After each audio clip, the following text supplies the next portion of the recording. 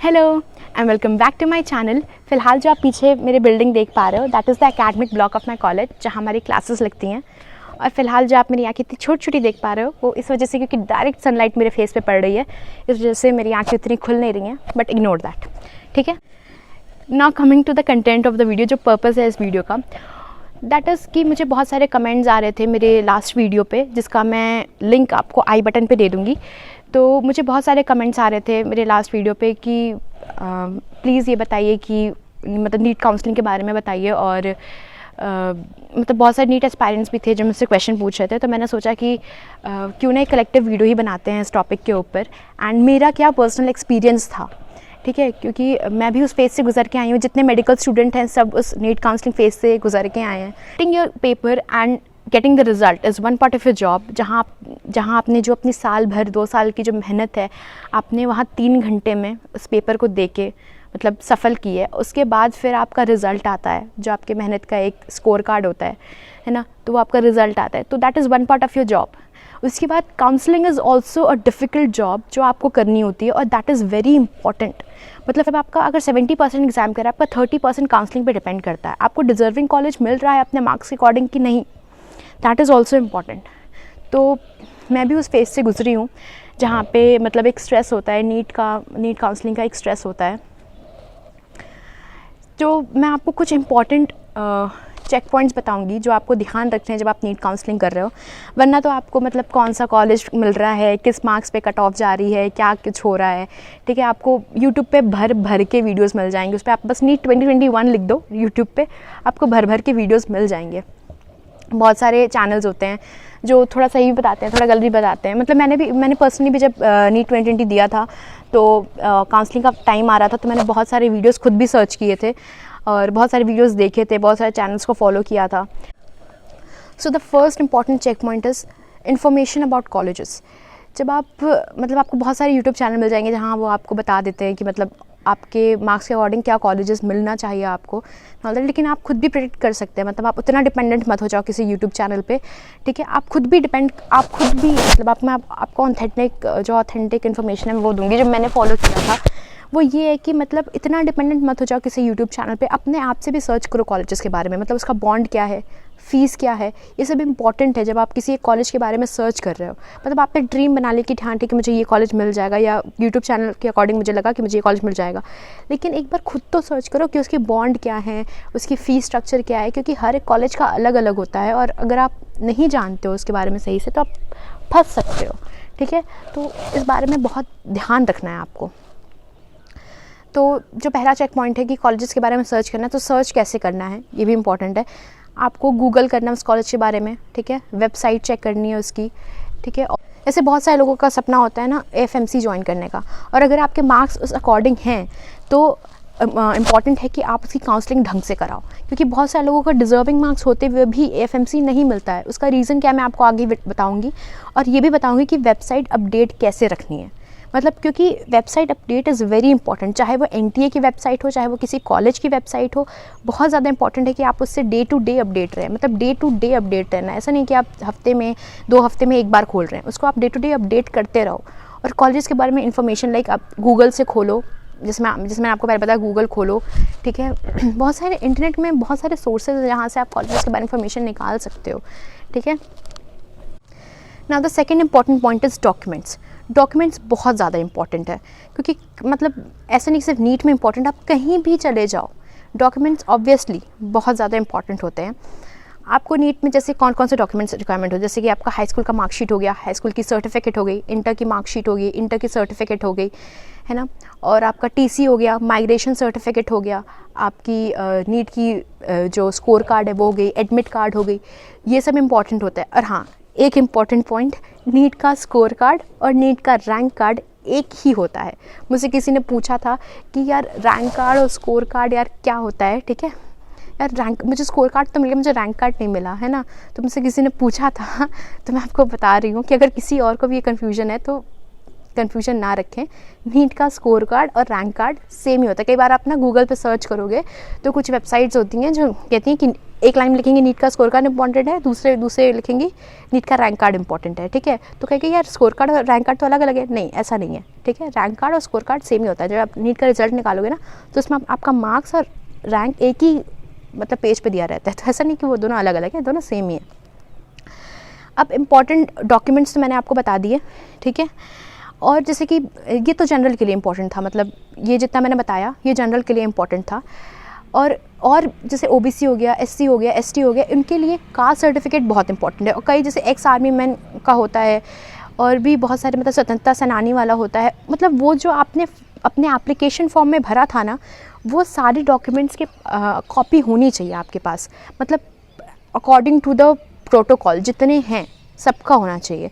और हाँ, एक और इम्पॉर्टेंट पॉइंट, बहुत लोग ना बहुत लेज़ी या आप कह सकते हो लिबरल होते हैं इन सब चीज़ों में कि यार डॉक्यूमेंट्स ठीक है मतलब कर लेते हैं, एक फ़ोटोकॉपी निकलवा ली, ठीक है, सबकी एक निकलवा दी। इतने कंजूस होते हैं, इतने कंजूसी नहीं करनी है आपको। एटलीस्ट 5-6 सेट रखना है फ़ोटोकॉपीज़ का, मतलब जैसे स्कोर कार्ड रखा, एडमिट कार्ड रखा, टीसी रखा, माइग्रेशन सर्टिफिकेट रखा, अगर आप किसी एससी एसटी ओबीसी अगर इनका कास्ट सर्टिफिकेट आपको रखना होगा, ठीक है। अगर आप किसी एक्स आर्मी मैन के कैटेगरी से जा रहे हो तो वो भी रखना होगा आपको, ठीक है।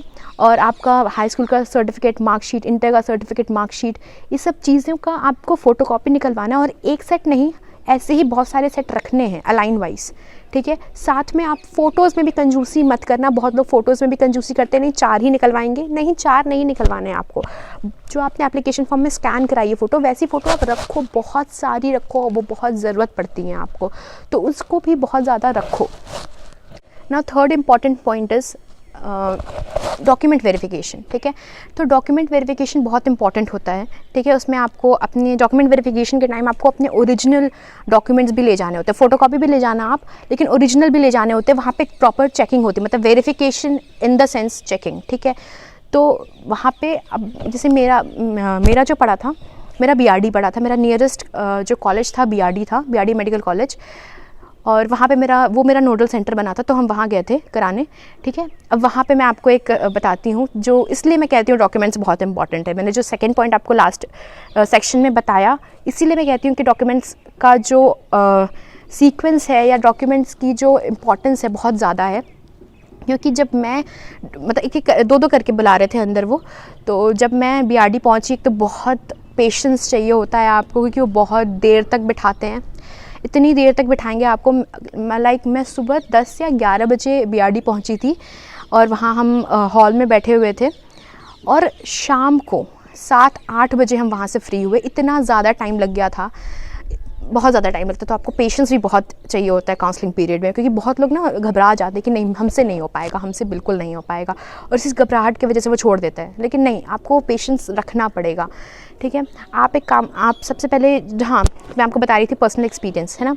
तो 2 करके बुला रहे थे, तो मेरे साथ जो लड़की गई थी, है ना, वो हम दोनों अंदर गए और हमारा डॉक्यूमेंट वेरिफिकेशन हो रहा था। और मतलब मेरा सब कुछ हो गया जल्दी, मतलब मैंने शायद कुछ सबमिट होना था, शायद सर्टिफिकेट या मार्कशीट का वेरिफिकेशन होना था, तो हम दोनों का साथ साथ ही चल रहा था। उसका कुछ वो शायद एक्स आर्मी मैन या स्वतंत्रता सेनानी का कुछ उसके पास क्राइटेरिया कैटेगरी था, तो वो अब फंसा इसलिए था, जितना मुझे बातों से समझ में आता है, फंसा इसलिए था क्योंकि जो क्राइटेरिया वेबसाइट पे दे रखा था एनटीए के, मतलब जिस तरीके से उसको भरना था या जो प्रोटोकॉल था उसका, उस प्रोटोकॉल से उसका वो नहीं था, उसने कहीं से बनवाया था, उसने किसी साइबर कैफ़े से बनवा लिया था, ठीक है। और उस साइबर कैफ़े वाले ने कोई प्रोटोकॉल फॉलो नहीं किया था, ठीक है। और मतलब कोई 2 तरीके से फॉलो करना होता है। मुझे उस स्वतंत्रता सेनानी वाला उतना पता नहीं है, लेकिन हाँ वो बार बार प्रोटोकॉल ये वर्ड यूज़ कर रहे थे, तो वो कहते उस प्रोटोकॉल से नहीं बना, इस वजह से मैं ये एक्सेप्ट नहीं कर पाऊँगा, इसको रिजेक्ट होना पड़ेगा, कह रहे थे वो बार बार। मतलब वो बोल रही थी कि नहीं सर प्लीज़ कर दीजिए, और वो कहते नहीं हो पाएगा भाई, क्योंकि प्रोटोकॉल ऐसा है और हम नहीं कर पाएंगे, ठीक है। जब तक आपका सही से इस प्रोटोकॉल के अकॉर्डिंग नहीं होगा तब तक हम आपका नहीं कर पाएंगे। तो मतलब तो मैं आपको इससे ये सीख देना चाहती हूँ कि अगर आप कोई क्राइटेरिया लगा रहे हो तो उसके बारे में आपको सही जानकारी होनी चाहिए। वही मैं कह रही हूँ, किसी पे डिपेंडेंट नहीं होना है। बहुत सारे लोग किसी काउंसलिंग मतलब जो ब्रोकर्स होते हैं ना, उनसे करा लेते हैं, ठीक है। तो मुझे नहीं लगता, पर्सनली आपको इन्वॉल्व होना चाहिए, सीखो इन सब चीज़ों को। तब आप किसी और के भरोसे, वो किसी और के भरोसे उसने करवाया था, वो सारे सर्टिफिकेट उसने किसी और के भरोसे निकलवा लिया था, और पता चला वहाँ जाके, पता चला कि वो डॉक्यूमेंट वेरीफाई ही नहीं हो रहा उसका। वहाँ दिक्कत हो गई थी इतनी ज़्यादा, पता नहीं उसका बाद में हुआ कि नहीं हुआ, क्योंकि फिर उन्होंने पहले मेरा कर दिया, क्योंकि टाइम लग रहा था, उन्होंने पहले मेरा कर दिया। मैं चली आई और उसका वो अभी तक अंदर ही थी, जब तक मैं मतलब जब तक मैंने देखा तब तक वो अंदर ही थी। पता नहीं उसका हो पाया कि नहीं हो पाया। तो इसीलिए मैं आपको कह रही हूँ कि डॉक्यूमेंट्स का जो सही होना है वो बहुत इंपॉर्टेंट है। इस डॉक्यूमेंट में 0.01% भी एरर नहीं होनी चाहिए, क्योंकि कहाँ वो अटका दें आपको, कहाँ आपकी एलिजिबिलिटी रद्द कर दें, वो दिक्कत हो जाती है। अब आता है चौथा चेक पॉइंट। धूप कम हो गई इस बात पे। अब आता है चौथा चेक पॉइंट। जैसे मैंने आपको पहले बताया था कि मैं वेबसाइट के बारे में आपको बताऊंगी, तो वेबसाइट के बारे में है यहाँ पे कि वेबसाइट अपडेट बहुत ज़्यादा इंपॉर्टेंट है। एनटीए के वेबसाइट आप चेक करते रहें, क्योंकि देखो बहुत सारे न्यूज़ आते रहते हैं। नीट काउंसलिंग के टाइम इतने ज़्यादा न्यूज़ आएंगे ना कि अब ये हो रहा है, अब वो हो रहा है, अब ये मतलब ये प्रोसीजर हो रहा है। आपको उस पर इतना विश्वास नहीं करना। जब आपको ना एनटीए की वेबसाइट पर इंफॉर्मेशन मिल जाए तब आप उसको मानो। बहुत लोग कोई मतलब फालतू सा यूट्यूब चैनल देख लेते हैं और फिर क्या कहते हैं ठीक है आगे, मतलब बहुत, मैंने कह रही सारे फालतू होते हैं, कुछ अच्छे भी होते हैं, लेकिन ऐसे किसी भी यूट्यूब चैनल पे विश्वास नहीं करना। आपको एनटी के वेबसाइट पे प्रॉपर जाके चेक करना है कि हाँ ये अपडेट आया है कि नहीं। कई बार फेक इन्फॉर्मेशन भी बहुत ज़्यादा आती हैं, तो उन सबसे आपको बचना है। एक ही रिलायबल सोर्स है आपका, नीट एनटीए की वेबसाइट, बहुत ज़्यादा इंपॉर्टेंट है, ठीक है। वो आपकी सबसे रिलायबल सोर्स ऑफ इन्फॉर्मेशन है, उसको हमेशा फॉलो करते रहें। और हाँ, कैसे कभी किसी वेबसाइट अपडेट को छोड़ना नहीं है। दिन में एक सेट टाइम बना लो, ठीक है, कि या तो मुझे सुबह उठ के, जब आप सुबह उठते हो, नाश्ता कर रहे हो या कुछ कर रहे हो, उस वक्त आपको आधे घंटे के लिए या 10 मिनट के लिए उस वेबसाइट को एक बार चेक करना है कि कोई नई इन्फॉर्मेशन तो नहीं आई है, कोई नया अपडेट तो नहीं है नीट को लेकर। हमेशा या तो सुबह का टाइम, मतलब मुझे लगता है सुबह का टाइम सबसे ज़्यादा बेस्ट होता है कि आप सुबह उठ रहे हो और आपने एक बार चेक कर ली इन्फॉर्मेशन, और एक बार शाम को जब आप नाश्ता वाश्ता कर रहे हो उस वक्त आपने एक बार वेबसाइट को, कितना टाइम लगता है यार वेबसाइट 5 मिनट खोलने, 5 मिनट आप लगेगा, एक बार देखोगे कि कोई नया अपडेट आया है क्या। ये बग जोड़ रहा है यहाँ पे, कोई नया अपडेट आया है क्या, आप ये एक बार देख लोगे, ठीक है, बस ख़त्म ये चीज़, है ना। और इस तरीके से आपका कभी अपडेट नहीं छूटेगा, आप कभी मिसलीड नहीं होगे किसी दूसरे वेबसाइट से, है ना। तो किसी दूसरे वेबसाइट से इन्फॉर्मेशन देखो, बट इतना विश्वास मत कर लो आंख बंद करके कि नहीं ये तो सही है, ऐसा नहीं होता। जो सही है वो नीट की वेबसाइट है। और देखो, मैंने आपको सबसे पहला पॉइंट क्या बताया था, कॉलेजेस की इन्फॉर्मेशन कलेक्ट करना, वो आपका कहाँ पे काम आएगा, चॉइस फिलिंग में काम आएगा। जब आपका रिजल्ट निकल जाता है, काउंसलिंग प्रोसीजर चल रहा होता है, जब आपका वो first round counselling, second round counselling चल रहा होता है, उस वक्त क्या आपको चॉइस फिलिंग करनी होती है। यहाँ पे वो चीज़ इंपॉर्टेंट होती है, जब आपको पता होता है कि कौन से कॉलेजेस की क्या, मतलब सबसे टॉप कॉलेजेस सबको पता होता है, सबसे ऊपर एम्स डालना है, केजी डालना है, MLN डालना है, मतलब मैं अपने स्टेट का बता रही हूँ, ठीक है, तो मैं अपने स्टेट का बता रही हूँ, यूपी का बता रही हूँ, मतलब सबसे ऊपर ये कॉलेजेस डालने हैं। लेकिन और जो कॉलेजेस अच्छे वो कहाँ डालोगे, मतलब उसकी रैंकिंग कैसे करोगे आप, वो कैसे करोगे, उसके लिए इन्फॉर्मेशन कलेक्ट करनी होती है। जो मैंने आपको पहले पॉइंट में बताया था कि आपको कॉलेजेस की इन्फॉर्मेशन निकालनी है गूगल से, कहीं से आप मतलब देखो, गूगल से ज़्यादातर, मैंने गूगल से बहुत ज़्यादा इन्फॉर्मेशन निकाली थी। तो देखो वहाँ पे, मेहनत करो वहाँ पे। अगर बस बहुत ज़्यादा खाली टाइम है, सिर्फ नेटफ्लिक्स, अमेज़ॉन, इन सब चीज़ों पे चिल मत करो। इन सब मतलब वो भी देखो यार, बहुत मेहनत करके आए हो, ठीक है, वो भी देखो, लेकिन थोड़ा सा इस पर भी ध्यान दो, क्योंकि आपका एक बार कॉलेज चले आओगे तो रिलैक्सेशन हो जाएगा ना, तो पहले उन सब चीज़ों पर भी ध्यान दो। चॉइस फिलिंग में आपको ये ध्यान रखना है कि कैसे आपको कॉलेजेस की रैंकिंग करनी है, और ये तभी आपको पता होगा जब आपने सही से कॉलेजेस की इन्फॉर्मेशन चेक की होगी। तो अगर आपने मेरा पहला पॉइंट ध्यान से सुना होगा तो आप इस बात का ध्यान रखोगे कि आपको कॉलेजेस को सही तरीके से फिल करना है, ताकि आपको जो अपने मार्क्स के साथ डिज़र्विंग कॉलेजेस हैं वो मिल सके, ठीक है। काउंसलिंग के मामले में आपको हमेशा एनटीए की वेबसाइट चेक करनी है। वहाँ पे जो ब्रोशर आता है, इन्फॉर्मेशन बुलेटिन में जो ब्रोशर ऑन आते हैं काउंसलिंग को लेकर, वो पढ़ें। अपने आप से, बड़े आलस आता है उसको पढ़ने में, लेकिन पढ़ो। मतलब बहुत सारे यूट्यूब चैनल वही लेके बना देते हैं वीडियो, ठीक है, मतलब बहुत सारे आपको मिल जाएंगे, वो लेके वीडियो बना देंगे। आप उसको एक बार खुद से पढ़ो, एनालाइज करो उसको। नहीं, बहुत सारे काउंसलिंग होते हैं, बहुत सारे जैसे पहले तो आपको ऑल इंडिया लेवल की फ़र्स्ट काउंसलिंग होगी, फिर स्टेट की फ़र्स्ट काउंसलिंग होगी, ऑल इंडिया की सेकंड काउंसलिंग, स्टेट की सेकंड काउंसलिंग, ठीक है, mop up round, stay, vacancy round, ठीक है, बहुत सारे राउंड्स होते हैं, ठीक है। तो आपको इन सब चीज़ों के लिए हमेशा अपडेट रहना है। फ़िलहाल जितने लोगों ने इस बार नीट 2021 दिया है और मतलब इस बार तो मतलब मैंने जो पेपर देखा था वो मॉडरेट लेवल का पेपर था, और इस बार पार्टिसिपेंट्स भी बढ़े हैं। मतलब एक कट ऑफ जनरेट करने के लिए आपको बहुत ज़्यादा ये भी देखना होता है कि कितने स्टूडेंट्स बैठ रहे हैं इस एग्ज़ाम में, और पेपर का लेवल क्या है, और कितने नंबर ऑफ़ सीट्स बढ़ी। और इस साल तो काफ़ी नंबर ऑफ़ सीट्स बढ़ी हैं, ऑल इंडिया कोटा में भी, स्टेट कोटा में भी बहुत, यूपी में भी बढ़ी हैं बहुत सारी सीटें। तो मुझे मेरे स्टेट का पता है कि यहाँ स्टेट में मतलब बढ़ी हैं सीटें। और हाँ, ये भी होता है कि काउंसलिंग जब हो रही होती है ना, मतलब ये काउंसलिंग प्रोसीजर हो रहा होता है, तब भी एमसीआई बहुत सारे कॉलेजेस को मतलब सर्टिफाई कर रहा होता है उस वक्त, तो तब भी सीटें बढ़ती रहती हैं। जब काउंसलिंग हो रहा होता है तब भी एक आध दो कॉलेजेस की सीटें बढ़ती रहती हैं। तो उसमें कोई टेंशन वाली बात नहीं है। और ये लगता है कि पर्सनली कि इस बार जो कट ऑफ है लास्ट ईयर से कम जाएगी, अराउंड 600 जाएगी। पिछली बार से जो पिछली बार जो कट ऑफ थी उससे कम जाएगी, अराउंड 600। मैं जनरल की बात कर रही हूँ, ठीक है। 600 के अराउंड कट ऑफ जाएगी, और यूपी में भी अराउंड 595 टू 599 या 600 के अराउंड ही होगी कट ऑफ, ठीक है। इससे नीचे नहीं जाएगी कट ऑफ। तो all the best for your NEET counselling, और अच्छे से करना अपनी नीट काउंसलिंग, घबराना मत, पेशेंस रखना ना, क्योंकि घबरा जाता है इंसान, घबरा जाता है जब मतलब इतना सारा प्रोसीजर फॉलो करना पड़ता है। एक तो एग्ज़ाम दे के आओ, ठीक है, वो टेंशन ख़त्म होती है, फिर एक टेंशन फिर शुरू हो जाती है। तो उसमें आपको अपना काम बनाए रखना है, ठीक है, घबराना नहीं है बिल्कुल। और नीट काउंसलिंग को अच्छे से करना, जितने अच्छे से करोगे उतना डिज़र्विंग कॉलेज मिलेगा तुमको, तो घबराने वाली कोई बात नहीं है, ठीक है। और हाँ, कुछ बातों का ध्यान रखें, जैसे मैंने आपको पहले बोला है, जिससे कॉलेज का फ़ीस स्ट्रक्चर, उसके बॉन्ड बहुत इंपॉर्टेंट होता है, क्योंकि वो मतलब आगे आपके एमबीबीएस में प्रॉब्लम क्रिएट कर सकता है, ठीक है।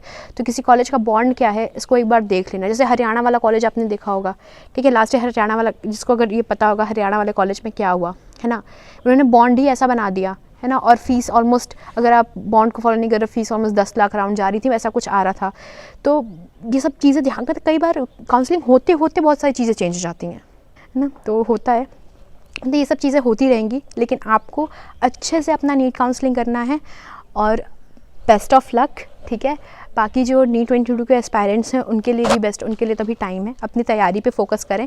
मुझे कुछ नीट 22 के भी मुझे नीट एस्पायरेंट्स ने मुझे मैसेज किया था। तो फ़िलहाल आप अपने प्रिपरेशंस पे ध्यान दें, ठीक है, प्रिपरेशंस अच्छे से करें, और बेस्ट ऑफ लक।